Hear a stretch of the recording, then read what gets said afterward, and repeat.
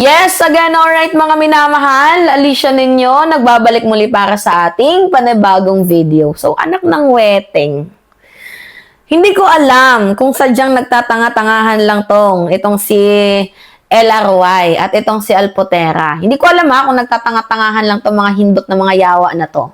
Tingnan ninyo, pinapangasa na naman nila. Itong mga DDS sa signature campaign. Pakita ko sa inyo. Ayan. Kita ninyo? Signature campaign. Yan. Paulit-ulit up to this moment, tuloy-tuloy ang kanilang pambubudol. Paano ba yan ni i-focus? Sige nga, focus natin. Wait lang. Yan. Kita ninyo? Yan. Yan. Yan. Yan. Diba? Focus na focus sila. Grabe yung mga hocus-pocus nitong mga hindot na to. Oo. At hanggang kailan magiging tanga tong mga DDS na to? Sa TAI kami naman, campaign signature. Oo, na pinupondohan ni LRY, ni Leo Ray. Oo. Alam nyo naman na hindi na makakalaya yan si former President Duterte. Sobrang labo dahil mismo si Sara Duterte may kagustuhan yan. Kasi sa mga hindi nakakaalam mga minamahal, it will benefits Vice President Sara Duterte if former President Duterte will stay in The Hague, the Netherlands. Why? Kasi makakakuha si Sara Duterte ng simpatya. Oo. Gustong makakuha ni Sara Duterte ng simpatya. At yan yung kanilang plano. Kaya paldo si Sara Duterte kung mamatay si former President Duterte. At itong mga diputang mga DDS na to, naalala ninyo yung zero remittance ko, no? Huwag magpapadala sa Pilipinas. Kung hindi ba naman kayo mga bobo? Gusto nyong maapektuhan yung ekonomiya ng bansang Pilipinas? Tapos ginagamit pa ninyo sa GCash. Itong si former President Duterte. And dami nang ninakaw niyan. May pa GCash pa kayong nalalaman. Diba? Hoy, LRY. Oo, Leo Ray.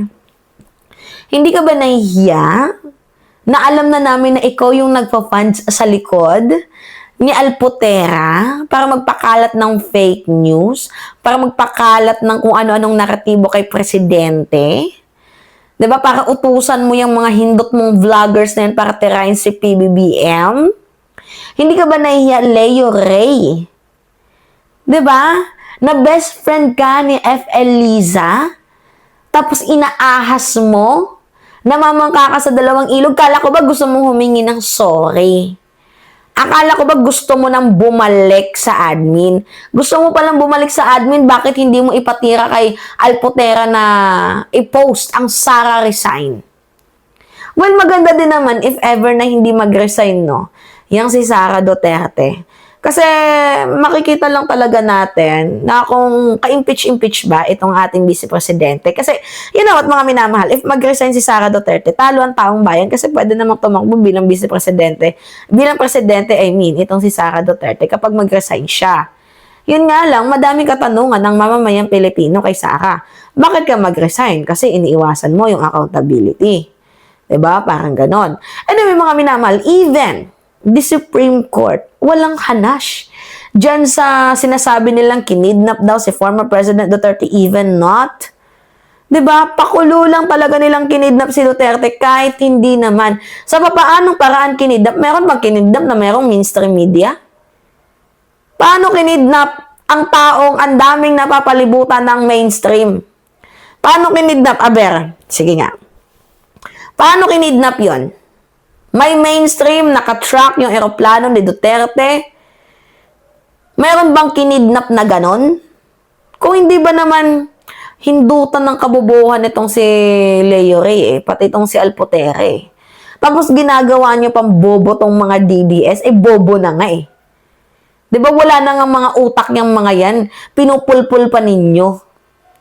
Ginagamit nyo pa yung mga passport nila, yung mga OFW, ginagamit nyo pa para magkapera kayo. Hindi ba kayo nahihiya? Hindi ba kayo naluloka dyan? Kaloka, no? Kakapal ng mukha.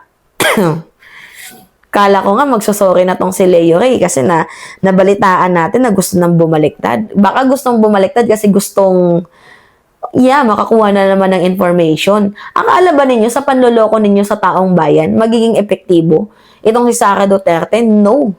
Nagkakamali kayo. Never magiging effective yung panloloko ninyo. Dahil si Sara Duterte nga, niloloko niya ang taong bayan eh. Halata malala. Kayo pa kaya? Na mga utosan at binabayaran lang din naman. At yung pagpapapansin mo, Leo Ray, 'di ba? Diyan sa mga Duterte, napansin ka ba? Gumastos ka nga ng malaki, namigay ka ng transportation namigay ka ng pera sa mga rally nila, nabigyan ka ba ng pwesto? 'Di ba wala? Ngayon na hindi ka nabigyan ng pwesto, may pagkakataon na ang ginagawa ni Leo Ray, mga minamahal, may mga pagkakataon din naman na tinitirada niya mga DDS. Kasi namamangka nga to sa dalawang ilog. Like, parang gusto niyang pagsalpukin yung mga vloggers ni PBBM at vloggers ng mga DDS. Ano bang gusto mong balak sa buhay? Hoy, Leo Ray, tigil ka nga. Ano bang plano mo? Nababaliw ka na ba? Gets ninyo, mga minamahal? Ano ba yung hidden agenda nito ni Leo Ray? At ano kaya hidden agenda nito ni Alputera? Maghingi lang ng pera? Manloko lang sa kapwa Pilipino? Gamitin ng OFW? Gamitin ang pangalan ni former President Duterte? Yun lang ba yung kaya kayo nabuhay sa mundo para lang sa ganung bagay? Abay, ang papangit naman ninyo kung yan lang yung magiging parte nyo sa mundo. Ang manira ng buhay.